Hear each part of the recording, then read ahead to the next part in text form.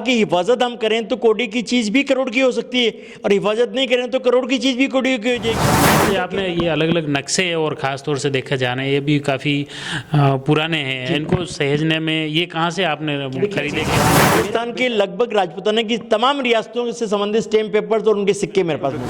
तो मेरा श्री राम मंदिर का जो नक्शा है लगभग 250 साल पुराने का है। कला, साहित्य, संस्कृति और विरासत को सहेजने में जुटा है एक शख्स।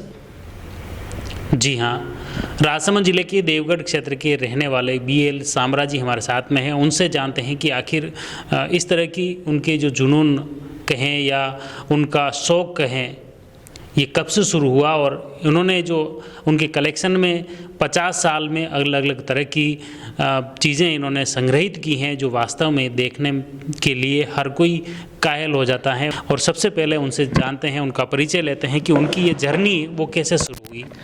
आपका थोड़ा सा मैं इंट्रो जानना चाहूँगा कि आपकी ये जो कलेक्शन की शुरुआत कैसे हुई। और मैं राजसमंद जिले का निवासी हूँ और नेशनल हाईवे पे आसन ठिकरवास एक छोटा सा गांव है देहात में, वहाँ से मेरी स्कूलिंग, वहाँ प्राइमरी स्कूल वहाँ से मैंने किया।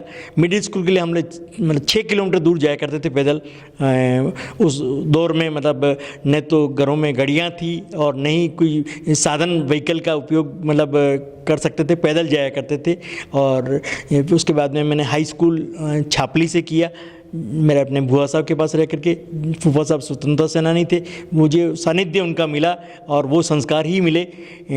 बचपन में दादाजी मेरे प्रेरणा स्रोत रहे। उन्होंने मुझे जब मेरी 11 साल की उम्र थी, 1969 का वो वर्ष था, उस साल मैंने अपनी पहली प्रदर्शनी गांधी जी से संबंधित 100 चित्रों के संग्रह को लेकर के लगाई थी और वही संग्रह मैंने यहाँ आपके कांकरोली बालकृष्ण विद्यालय में भी प्रदर्शित किया था।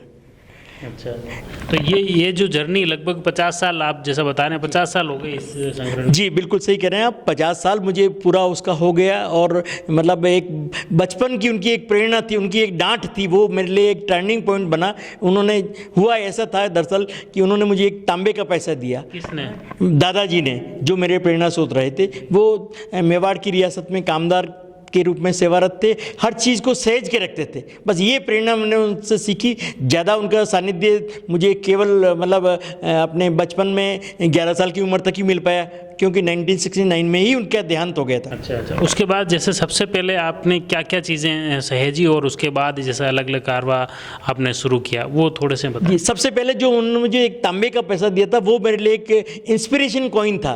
मतलब जो देश की आज़ादी के वक्त में ब्रिटिश कालीन पैसे जो चला करते थे उसमें सबसे छोटी कीमत का पैसा था 1 पैसा। और वो वाशर टाइप का था, बीच में छेद हुआ करता था। तो मैंने उसको अनुपयोगी मानते हुए, क्योंकि पुराना वो पैसा चलता नहीं था उस दौर में, तो मैंने उसको फेंक दिया। तो दादाजी ने मुझे थोड़ा आंख दिखा करके पास में बुलाया, डांटते हुए कहा, पैसे को क्यों फेंक दिया? मैंने सहज बाल सुलभ बुद्धि से जवाब दिया कि ये तो खोटा है।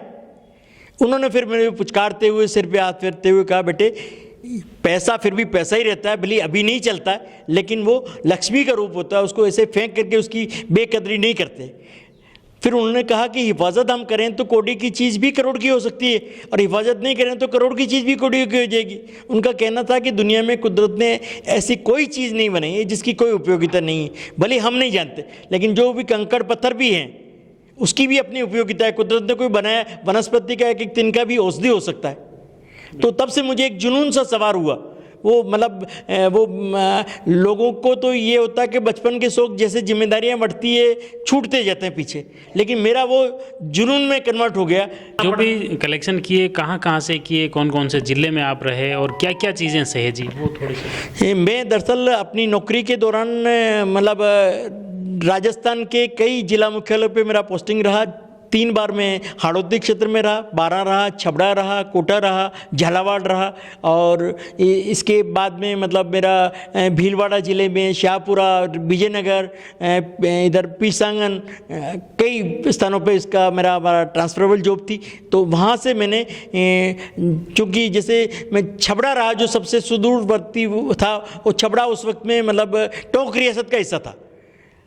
तो मतलब मैंने मतलब टोंक रियासत का एमपी तक उनका एरिया फैला हुआ था। दरअसल वो डकैत के रूप में वो थे, मतलब तो अंग्रेज़ों ने उनको उनका ध्यान डाइवर्ट करने के लिए उनको अलग अलग जगह टुकड़ों टुकड़ों में अलग अलग जगह दे दी। सिरोंज वगैरह वहाँ पे एमपी में है, तो कहाँ तो टोंक है, टोंक से कितने दूरी पे उनके वो रियासत के हिस्से थे।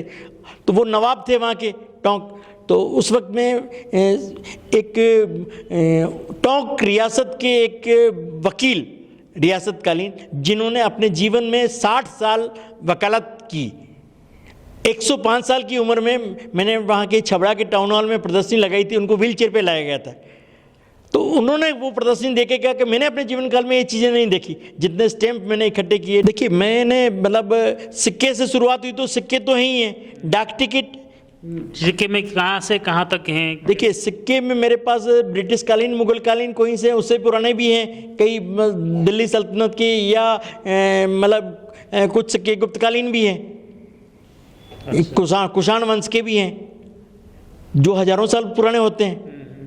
और मतलब इसके साथ साथ मैंने मतलब उस पुराने दौर की तमाम वो निशानियों को सहेजने का प्रयास किया जो मुझे किसी भी तरह उपलब्ध हुई, मतलब चाहे वो जीर्ण शीर्ण दस्तावेज हो, स्टैम्प पेपर हो, या धातु से। अब आप देखिए कि ये जैसे मेडल्स हैं, ये आर्मी के लोगों को जो जान की बाजी लगाते हैं अपने, उनको वीरता के लिए मिलते हैं।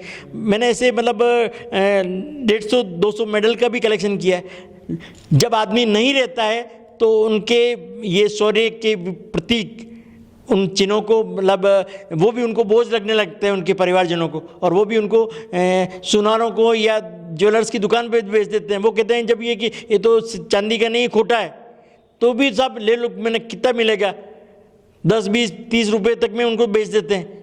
आप सोचिए कि मतलब जिसके लिए उन्होंने अपना जीवन दांव पे लगाया देश के लिए, सीमा पे उन्होंने, उनकी वो निशानियाँ भी हम नहीं सहेज के रख सके। तो आपने ये चीज़ें खरीदी या कैसे? सारी प्रत्येक चीज़ मैंने खरीद के ली है, और कुछ मुझे अपने स्नेहीजनों ने उपहार स्वरूप भेंट भी किया है। अच्छा, जैसे आपने ये अलग अलग नक्शे और ख़ास तौर से देखा जाना, ये भी काफ़ी पुराने हैं, इनको सहेजने में ये कहाँ से आपने खरीदे, कैसे लिए? मेरा बेटा वहाँ अभी इंग्लैंड में है, वो जर्मनी भी रहा, स्वीडन भी रहा, और राजस्थान के अलावा भारत के कई स्थानों पे रहा। तो कुछ चीज़ें उसके सहयोग से भी मुझे उपलब्ध हुई। वो भी मेरी अभिरुचि को जान करके इस तरह की चीज़ें वहाँ, चलो वहाँ की जो वहाँ अखबार है या वहाँ के डाक टिकट हैं, वो भी मेरे लिए लेके के आया कि भाई पिताजी को इनसे लगाव है। तो अभी मैं वहाँ से इंग्लैंड से ऑक्सफैम एक संस्था है, ऑक्सफोर्ड यूनिवर्सिटी की, वहाँ पे मतलब कोई अनुपयोगी वस्तु, जैसे कई इंजीनियर्स रहे, वो उनके नहीं रहने के बाद में उनके परिवारजनों ने वो चीज़ें डोनेट कर दी उस संस्था को। वहाँ पे उसकी विरासत के प्रति लोगों में ज़बरदस्त क्रेज़ है, उसकी वो बहुत इम्पोर्टेंस महसूस करते हैं। और मैंने वहाँ के मतलब 10-20 म्यूज़ियम को भी विज़िट किया। छोटे छोटे बच्चे तक भी मतलब उनको मतलब म्यूज़ियम में वो उत्सुकता से उनको देखने जाते हैं, दिलचस्पी है। तो मतलब वो चीज़ें मैं वहाँ से मतलब उनसे परचेज करके भी लाया, ऑक्शन से भी। अच्छा, अपने मुख्य रूप से राजस्थान में अलग अलग रियासत से जुड़े हुए क्या क्या चीज़ें आप? राजस्थान के लगभग राजपूताना की तमाम रियासतों से संबंधित स्टैम्प पेपर्स और उनके सिक्के मेरे पास मौजूद हैं। अच्छा अच्छा। और अभी जैसे कुछ आपने बता रहे थे, ये उससे भी पुरानी जो प्राचीन कुछ कलाकृतियाँ हैं, जैसे पेंटिंग्स हो गई, वो चीज़ें भी इस तरह की भी हैं? देखिए मतलब मेरे परदादा जी भी मतलब मालवा में रहते थे, वहाँ से वो गिरिराज की परिक्रमा के लिए गए थे। वहाँ से मतलब मथुरा जी की श्री कृष्ण जन्मभूमि उनकी 84 कोस की परिक्रमा के, और अपने अयोध्या जी के, और वो नक्शे उस वक्त में कैमरे का चलन आम आदमी की पहुंच में नहीं था, मतलब तो वो चित्रकार के बनाए हुए स्केच हैं 150, 200, 250 साल के भी दौरान के। तो वो मतलब आज हम कहीं भी जाते हैं घूमने के लिए तो अपने परिजनों के लिए हम ले स्मृति चिन्ह के लिए फ़ोटो ले जाते हैं, मतलब कि हम वहाँ जाके आए, ये देख करके आए। तो मतलब उनको देख करके वो अपने मतलब सगे संबंधियों को, मित्रों को बताते थे कि हम वहाँ जाके आए। ये यादें हैं। जी, यादें जुड़ी हुई है। एक मुख्य रूप से अभी श्री राम मंदिर का नक्शा भी मैंने बिल्कुल, देखा बिल्कुल। तो मेरा श्री राम मंदिर का जो नक्शा है लगभग 250 साल पुराने का है, और मतलब उस दौर में वो जो नक्शा है उसमें अपनी बाबरी ढांचा भी दिखाया गया है, और उसके पास में विशिष्ट स्थान के रूप में उसको मतलब जन्मभूमि को वो मतलब प्रदर्शित किया है, और सारे स्थान मतलब हिंदी के साथ साथ अरबी फारसी में भी लिखे हुए हैं। अच्छा। और वही नक्शा मतलब 1993 में जब बाबरी मस्जिद उसकी विध्वंस वाली वो उसकी पहली बरसी थी, तो उसके 93 में वो नवज्योति जो राजस्थान का सबसे पुराना अखबार उसके पहले पन्ने पे प्रकाशित होता। और अभी राम जन्मभूमि मंदिर का जो वो उद्घाटन हुआ प्राण प्रतिष्ठा का 22 जनवरी को, तो 23 जनवरी की राजस्थान पत्रिका में वो प्रकाशित प्रमुखता से उन्होंने प्रकाशित किया वो नक्शा अयोध्या से संबंधित। अच्छा, ये इसके आज जैसे राजसमंद के गांधी सभा सदन परिसर में आपने ये जो प्रदर्शनी लगाई हैं, यहाँ पर जिला कलेक्टर डॉक्टर भंवरलाल जी ने भी अवलोकन किया, उन्होंने भी इसकी पूरी आपने जो हर एक कलेक्शन उन्होंने करीब से देखा। तो यहाँ ये जो प्रदर्शनी लगाने के पीछे क्या उद्देश्य है कि गांधी सभा सदन परिसर में यह प्रदर्शनी लगाई है, और ख़ास तौर से आपने एक विरासत सेवा एवं शोध संस्थान का जो गठन किया, ये कब से किया, ये तो इस राजसमंद में प्रदर्शनी का क्या उद्देश्य? दरअसल राजसमंद में मैंने यहाँ के जिला कलेक्टर साहब से, पूर्ववर्ती जिला कलेक्टर साहब से भी, अरविंद जी पोसवाल साहब से, उनसे मैं 4-5 साल से संपर्क में था, कई बार उनसे 7-8 बार उनसे मुलाकात की। उन्होंने भी मेरे कलेक्शन में बहुत दिलचस्पी दिखाई थी। फिर उनका स्थानांतरण वहाँ चित्तौड़गढ़ हो गया, और अभी पिछले दिनों मैंने उदयपुर में उनसे भेंट की थी।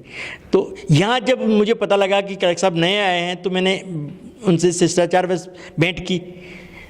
चूँकि वर्तमान कलेक्टर साहब पहले पर्यटन विभाग से जुड़े रहे डायरेक्टर के रूप में, उन्होंने मुझे कहा मैं आपका कलेक्शन देखना चाहूँगा। तो मैंने कहा सर आपके जिला मुख्यालय पे हम प्रदर्शनी आयोजित कर देते हैं, तो आप पधारिए अवलोकन के लिए। उन्होंने सहज अपनी स्वीकृति प्रदान की। तो मैंने यहाँ पे गांधी सेवा सदन में जो डॉक्टर कर्नावट साहब हैं, महेंद्र जी कर्नावट साहब हमारे संबंधी भी होते हैं, और उनसे आत्मीयतापूर्ण संबंध है, उन्होंने मुझे प्रेरित किया कि आप यहाँ लगाएं। तो मैंने सहज रूप से उनका आग्रह स्वीकार करके यहाँ पे प्रदर्शनी लगाई। बहुत बहुत धन्यवाद। मुख्य रूप से पुरानी विरासत को सहेजने का जो कार्य कर रहे हैं साम्राज्य, निश्चित तौर पर आज भावी पीढ़ी के लिए एक प्रेरणास्पद पहल है। निश्चित तौर पर चाहे नक्शे हो, चाहे चित्रकारी हो, या पुराने ताम्र सिक्के हो, हर एक चीज़ जो विरासत को संरक्षण देने की जो इनकी मुहिम है, निश्चित तौर पर बेहतरीन है, और हर एक व्यक्ति के लिए जो इनका कलेक्शन है प्रेरणास्पद है। आप जुड़िए जयवर्धन न्यूज़ के साथ। धन्यवाद। The Maruti Nandan grand, Nathdwara स्थित एकमात्र ultra luxurious 5 star hotel. Rajsamand जिले की एकमात्र 5 star hotel the Maruti Nandan grand में भोजन की स्वादिष्ट थाली अब सिर्फ 290 रुपए में। श्रीनाथ जी की नगरी नाथद्वारा में इस सुनहरे अवसर का आनंद अवश्य उठाएं।